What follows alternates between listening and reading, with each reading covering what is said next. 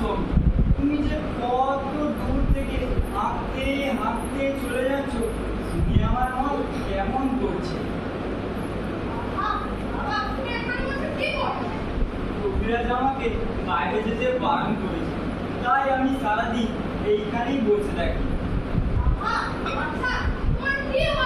আমি জানি না আমার কি হয়েছে, আমি তো কিছু করিনি, তাই আমি জানি না আমার কি হয়েছে। কইবালা, তুমি কোথা থেকে আসছো? তোমাদের গ্রাম? অনেক দূরে তোমাদের গ্রাম?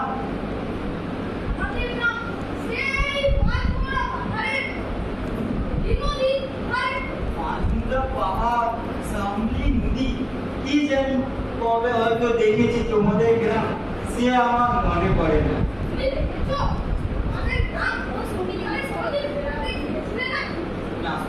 আমি কোনো দিনও যাইনি, কিন্তু আমার মনে হয়েছে যেন আমি দেখেছি।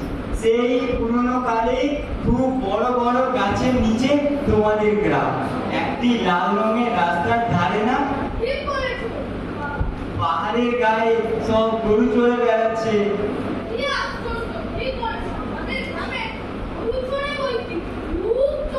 মেয়েরা নদী থেকে জল তুলে মাথায় কলসি করে নিয়ে যায়, তাদের লাল শাড়ি পরা।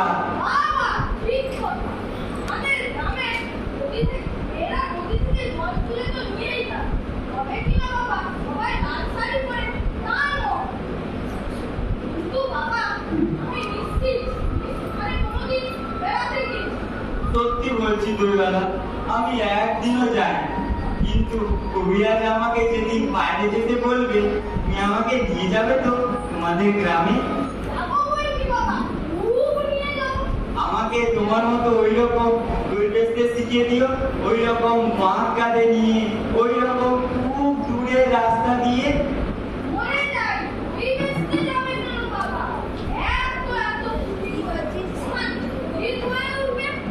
না না, আমি কখনো পণ্ডিত হব না। আমি তোমাদের ডাঙা রাস্তার ধারে, তোমাদের পুরো ঘটের তলায় গোয়ালা পাড়া থেকে দই এনে দূরে দূরে গ্রামে গ্রামে বেচে বেড়াবো। কি রকম করে তুমি বলো?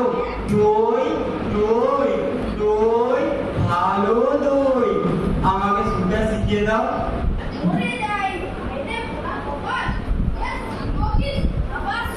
না না, ও আমার শুনতে খুবই ভালো লাগে।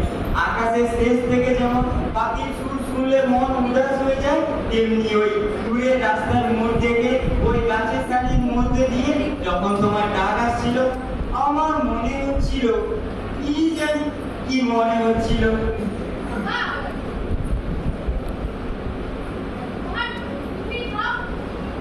আমার তো পয়সা নেই।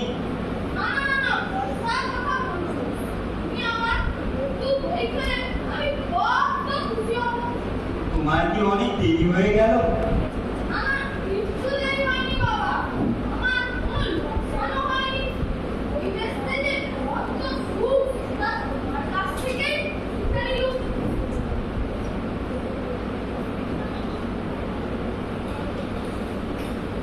দই দই দই, ভালো দই, সেই পাঁচমুড়ো পাহাড়ের তলায় সামলি নদীর ধারে গোয়ালাদের বাড়ির দই।